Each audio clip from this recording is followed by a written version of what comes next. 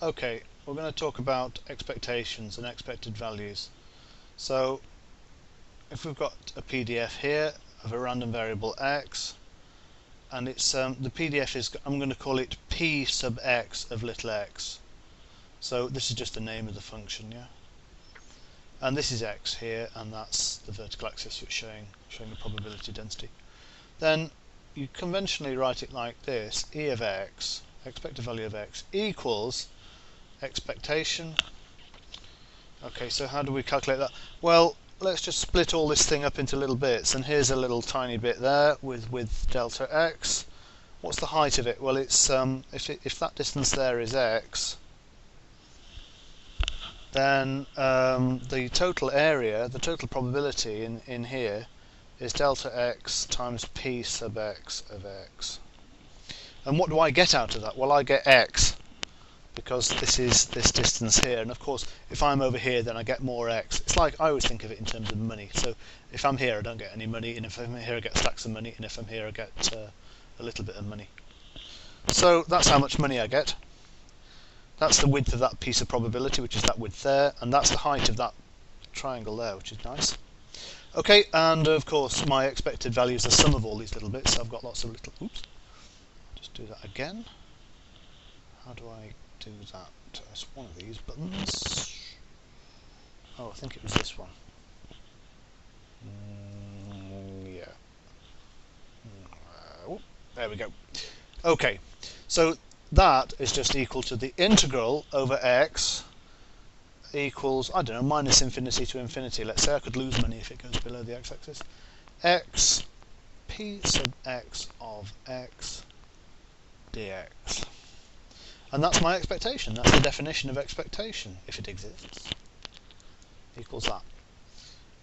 Okay, so what I'm going to do now is work out something like the expectation of x to the power 5, just because I feel like it.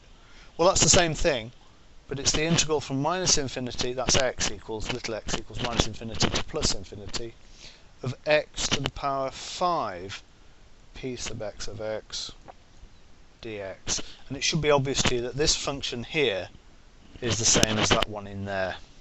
So whatever function of capital X it is, I make it a function of little x and multiply it and integrate it with respect to it, which is quite nice. Okay, so I can generalize that, and this is the one I always think of. I think of e of x squared equals the integral of x squared p subscript x of x dx. So for example, if I want to work out if x is, let's say, a Gaussian, so the PDF of x, p sub x of x in this case, will equal 1 over root 2 pi sigma squared e to the minus x minus mu squared over 2 sigma squared. That's the PDF, that's just a Gaussian PDF. If I want to work out the expectation of x squared, well, it's going to be the integral from minus infinity to infinity, because the Gaussian, of course, is, I've lost it, oh well, wherever it is, the Gaussian is infinitely wide.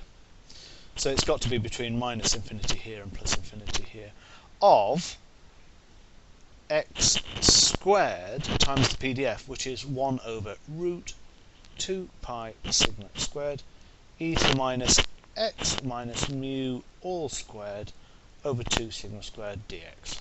Now I'm not going to do that, but that'll be the formula. Okay, and of course I'm going to generalize this all around. So if I say the expected value of some function of x, like x squared or x cubed or x to the 5, or well, any function, no matter where it is, equals the integral from x equals minus infinity to plus infinity of f of x, oh no, it's f of little x. Just get rid of that.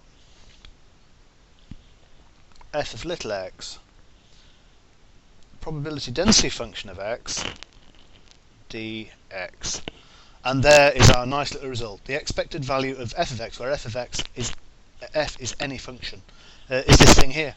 We just multiply that f there is the same one as this one here, and we're away, if we can do it. And if it exists, it might not exist. You might find that integral diverges, which is a bit of a problem. But I'll assume it doesn't. Okay, I'm going to stop there.